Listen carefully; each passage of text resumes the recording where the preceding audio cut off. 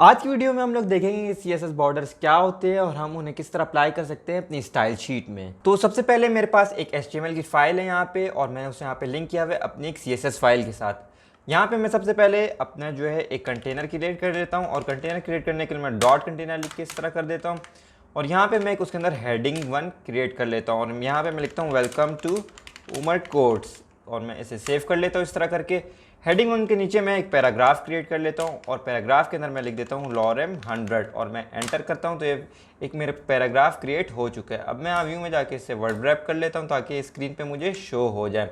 और अगर मैं अब आपको लाइव सर्वर ऑन करूँ और यहाँ पे दिखाऊँ तो इस वक्त मेरा पैराग्राफ और कंटेनर मुझे इस तरह शो हो रहा है स्क्रीन पे। तो इस वक्त मेरी स्क्रीन पे मुझे जो पैराग्राफ शो हो रहा है वो काफ़ी इसकी विड्थ मुझे बड़ी लग रही है। तो सबसे पहले मैं यहाँ पे आके style.css में अपने पैराग्राफ की विड्थ कम करूँगा और पैराग्राफ की विड्थ करने के लिए मैं यहाँ पे दे देता हूँ विड्थ और विड्थ में यहाँ पे लिख देता हूँ 50% और मैं इसे सेव कर लेता हूँ। अब मैं आपको अगर दिखाऊँ तो इसकी विड्थ जो है 50% पे हो चुकी है। नेक्स्ट मैं यहाँ पे अपने बॉर्डर की सबसे पहली प्रॉपर्टी जो यूज़ करूँगा वो होगी बॉर्डर स्टाइल।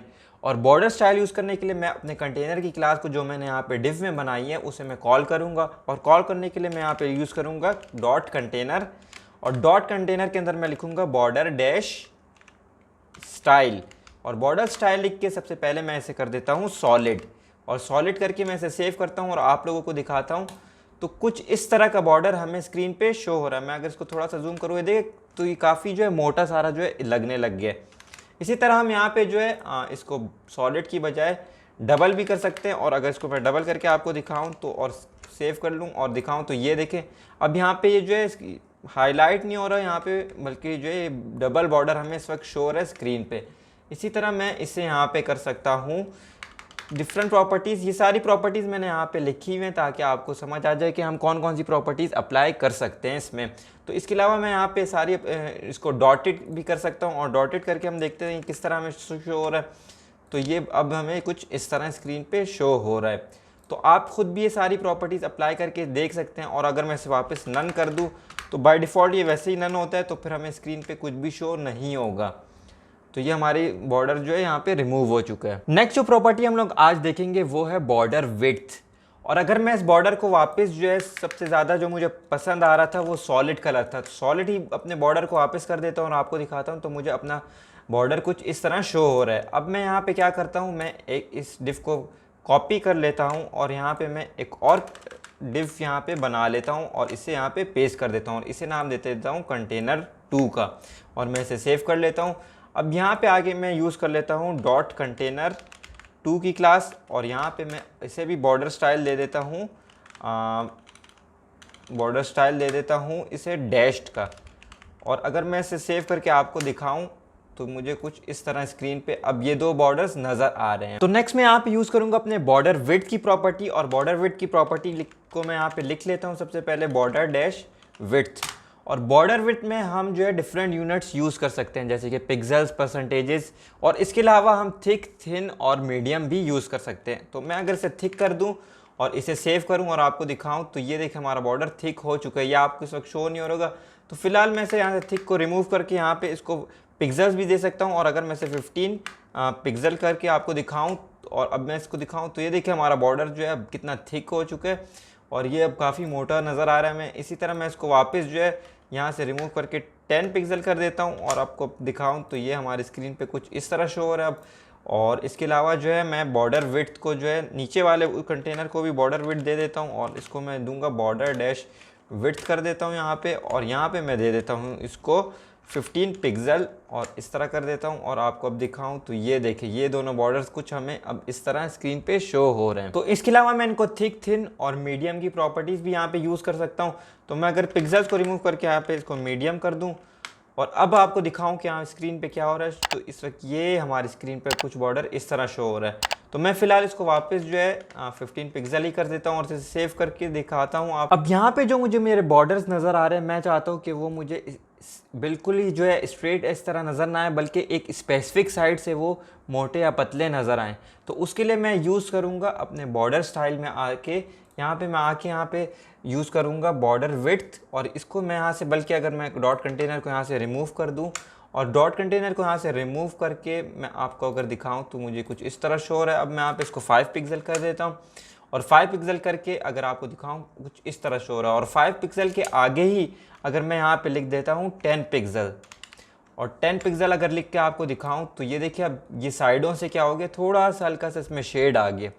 वो थोड़ा सा मोटा इसलिए हो गया क्योंकि हमारी जो फर्स्ट होती है वो टॉप के लिए होती है, और जो सेकंड वो होता है हमेशा बॉटम के लिए।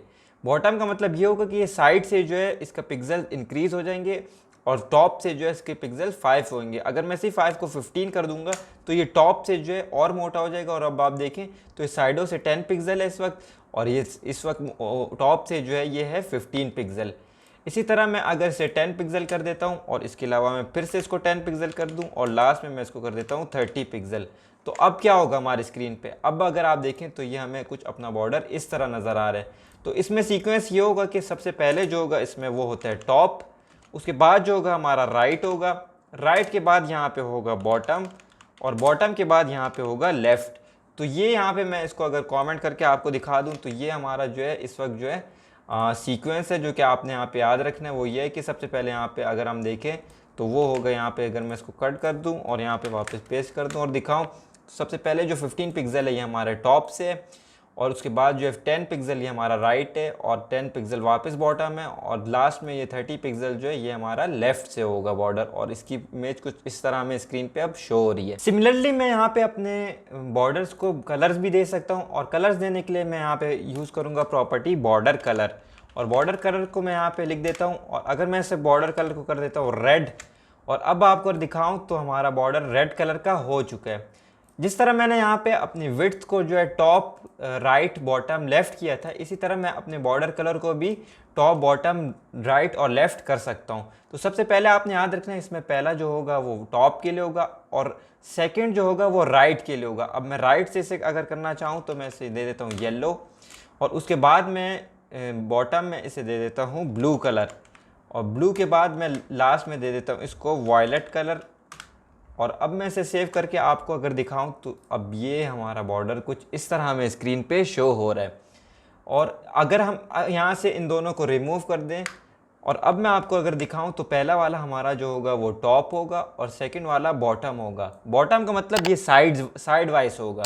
तो अब हमारी साइडें देखिए आप दोनों येलो नज़र आ रही हैं और टॉप से ये हमें रेड कलर शो हो रहा है। तो जैसे कि आपने देखा कि हम स्पेसिफिक साइट्स को CSS के थ्रू सेलेक्ट कर सकते हैं, तो यहाँ पे CSS हमें एक और बहुत ही अमेजिंग सी प्रॉपर्टी देता है जिसका, और इसके थ्रू हम जो है अपने डिफरेंट बॉर्डर्स की साइड को सेलेक्ट कर सकते हैं और उन्हें अपनी मर्ज़ी के स्टाइल दे सकते हैं।